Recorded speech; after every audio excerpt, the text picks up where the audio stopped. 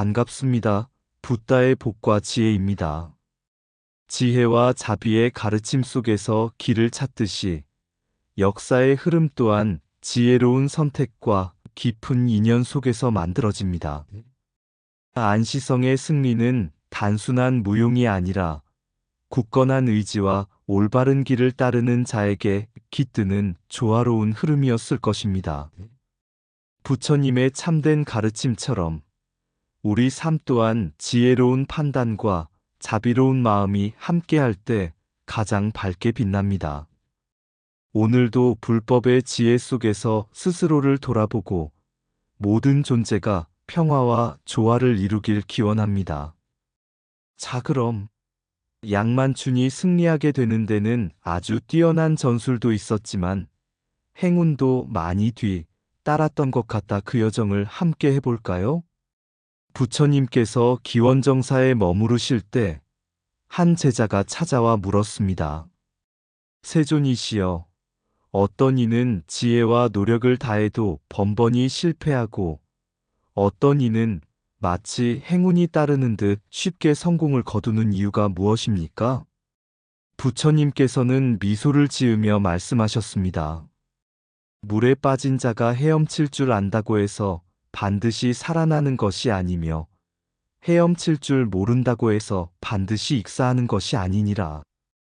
지혜와 노력은 물살을 거스를 힘이 되지만 때로는 물결의 흐름을 따를 줄 아는 것도 중요하니라. 바른 마음과 올바른 길을 걷는다면 인연과 공덕이 모여 마침내 그 뜻을 이루게 될 것이다. 이 이야기를 들은 제자는 깊이 깨닫고 더욱 정진하였습니다. 이와 같이 안시성에서 양만춘 장군이 승리한 것은 뛰어난 용병술과 굳센 의지 때문이었지만 당 태종의 무리한 공격과 스스로 무너진 공성탑 또한 행운처럼 작용했습니다.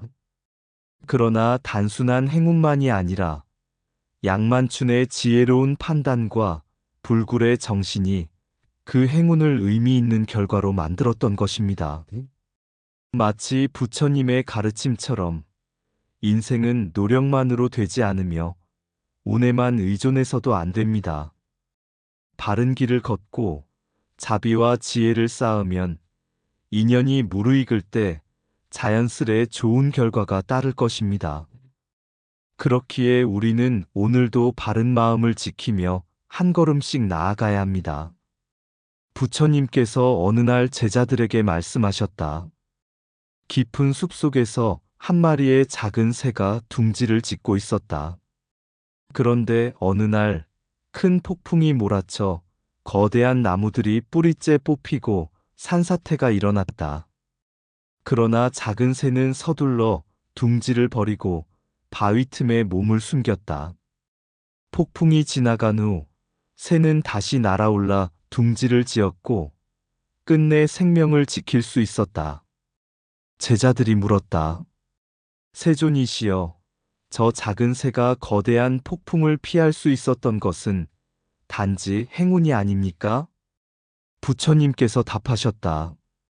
그 새는 단지 행운에 의지한 것이 아니라 위기를 미리 알고 준비했으며 피할 수 있는 길을 찾았다. 지혜와 용기를 갖춘 자는 위기 앞에서도 바른 선택을 할 수 있으며 그로 인해 행운 또한 자연스럽게 따른다. 이 이야기는 안시성 전투에서 양만춘 장군이 보여준 용기와 지혜를 떠올리게 한다. 당태종 이세민은 고구려를 정복하려는 야망을 품고 강력한 군대를 이끌고 침공했다. 당나라군은 강성했으며 수많은 전투에서 승리를 거두었기에 자신감이 하늘을 찌를 듯했다. 그러나 고구려의 성체 중 하나인 안시성은 작은 성이었지만 전략적 요충지로서 중요한 방어선 역할을 하고 있었다. 양만춘 장군은 부처님의 말씀처럼 자신이 가진 힘을 정확히 알고 적의 약점을 간파하여 지혜롭게 싸웠다. 그는 당군이 성벽보다 높은 공성탑을 만들어 공격할 것이라는 것을 예측하고 대비책을 마련했다. 반면 당태종은 지나친 자신감과 조급함 때문에 공성탑을 견고하게 만들지 못했고 결국 공성탑이 스스로 무너지는 실수를 범했다.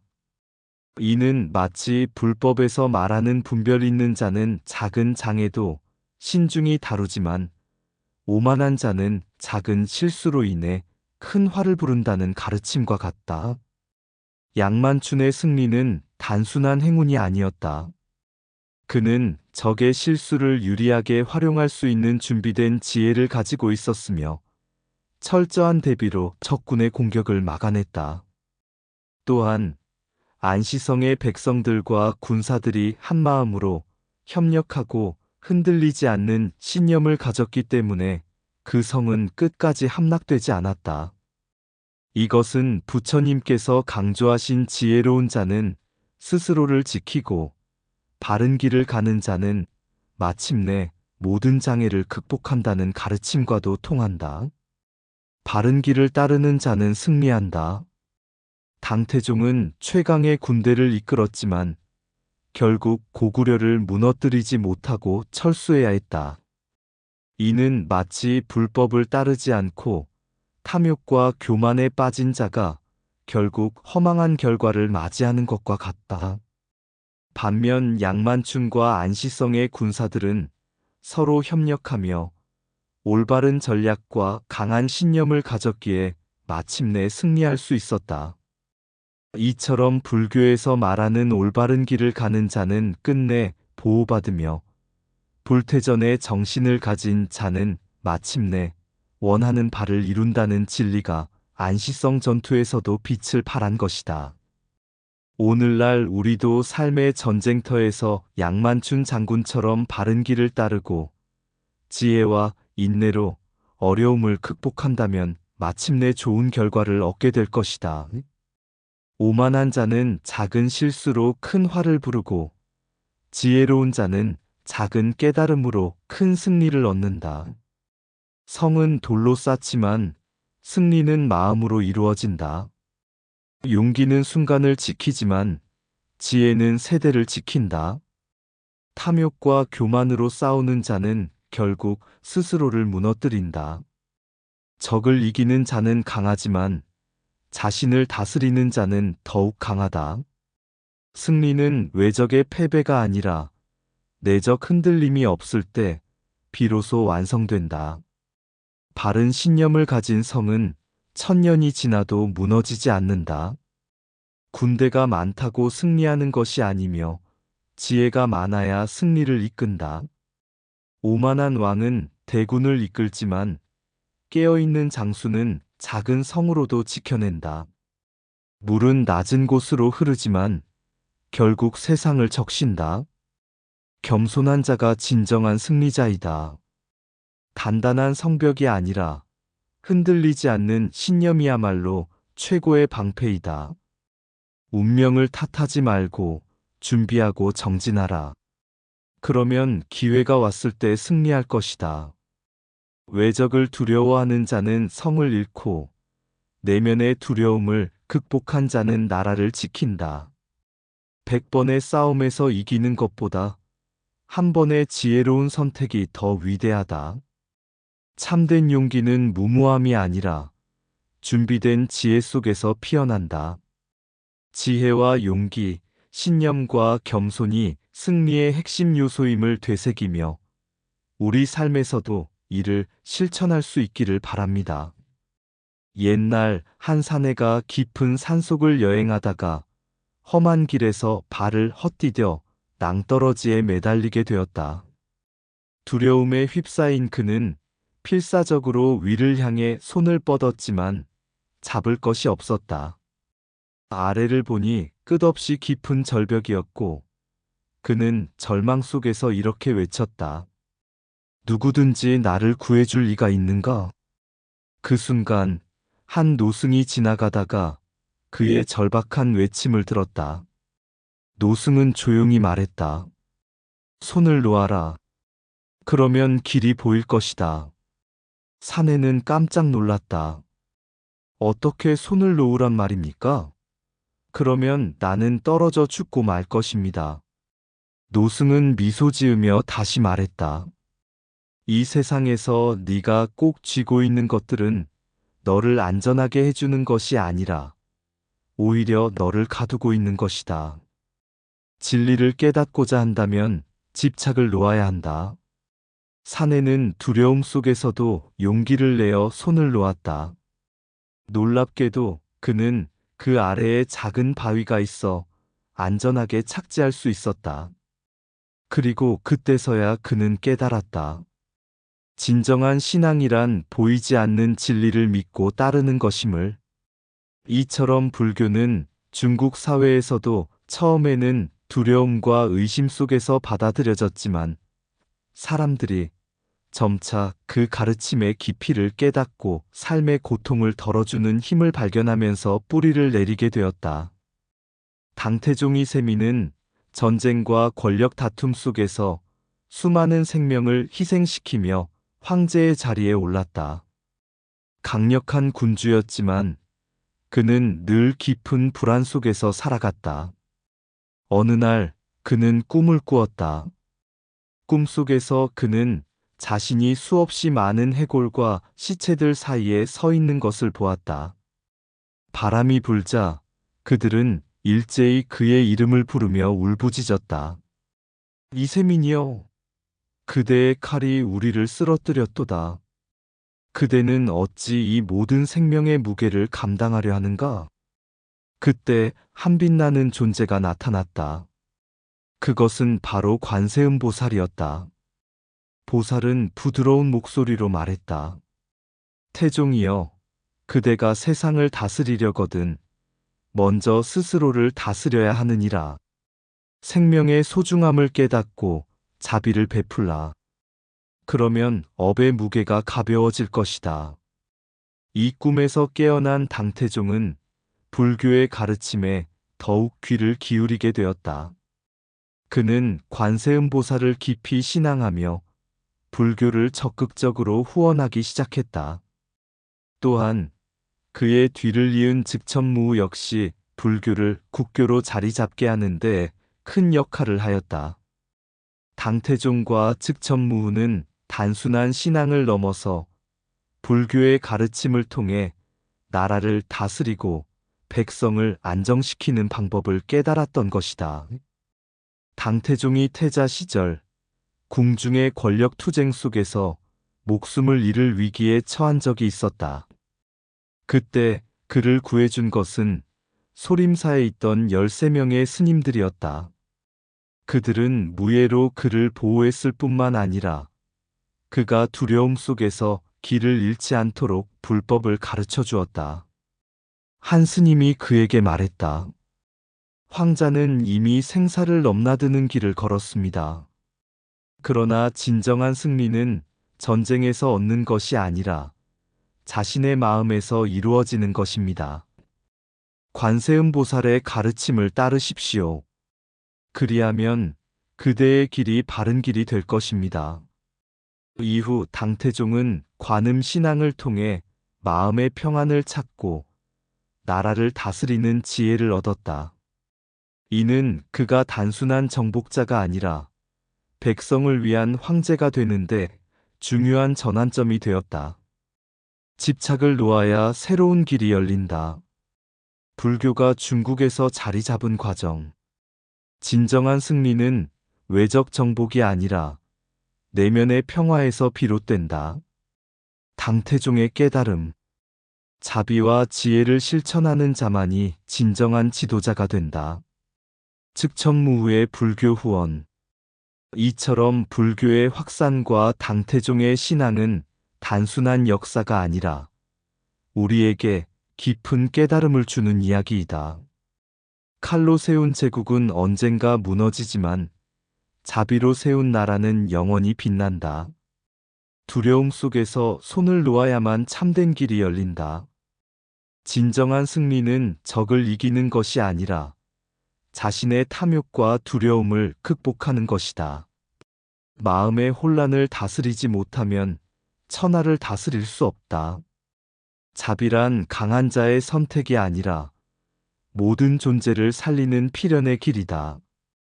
왕좌는 피로 세울 수 있지만 백성의 마음은 지혜와 자비로만 얻을 수 있다. 바람이 부는 대로 흔들리는 것이 아니라 고요함 속에서 길을 찾아라. 용감한 자는 적과 싸우지만 지혜로운 자는 스스로를 이긴다. 고통이 쌓일수록 연꽃은 더욱 아름답게 피어난다. 진정한 용서는 과거를 잊는 것이 아니라 그 고통을 자비로 승화시키는 것이다. 칼날 위를 걷는 것처럼 살지 말고 연못 속 연꽃처럼 살라. 천하를 얻고자 한다면 먼저 자신의 마음을 다스려라. 신앙이란 눈에 보이는 것을 믿는 것이 아니라 보이지 않는 진리를 따르는 것이다. 모든 싸움에서 이긴다 해도 스스로를 이기지 못하면 진정한 승자는 아니다. 진리는 정복할 대상이 아니라 스스로 깨달아야 할 길이다. 양만춘의 승리는 단순한 우연이 아니었다. 당태종의 대군이 압도적인 힘으로 고구려를 침공했을 때 안시성의 성주 양만춘은 흔들리지 않았다. 전쟁에서 운이 따르지 않았다면 어땠을까? 전략만으로 모든 것을 결정할 수 있었을까? 부처님께서는 조건이 갖추어지면 꽃이 피고 조건이 사라지면 꽃은 지는 법이라고 하셨다.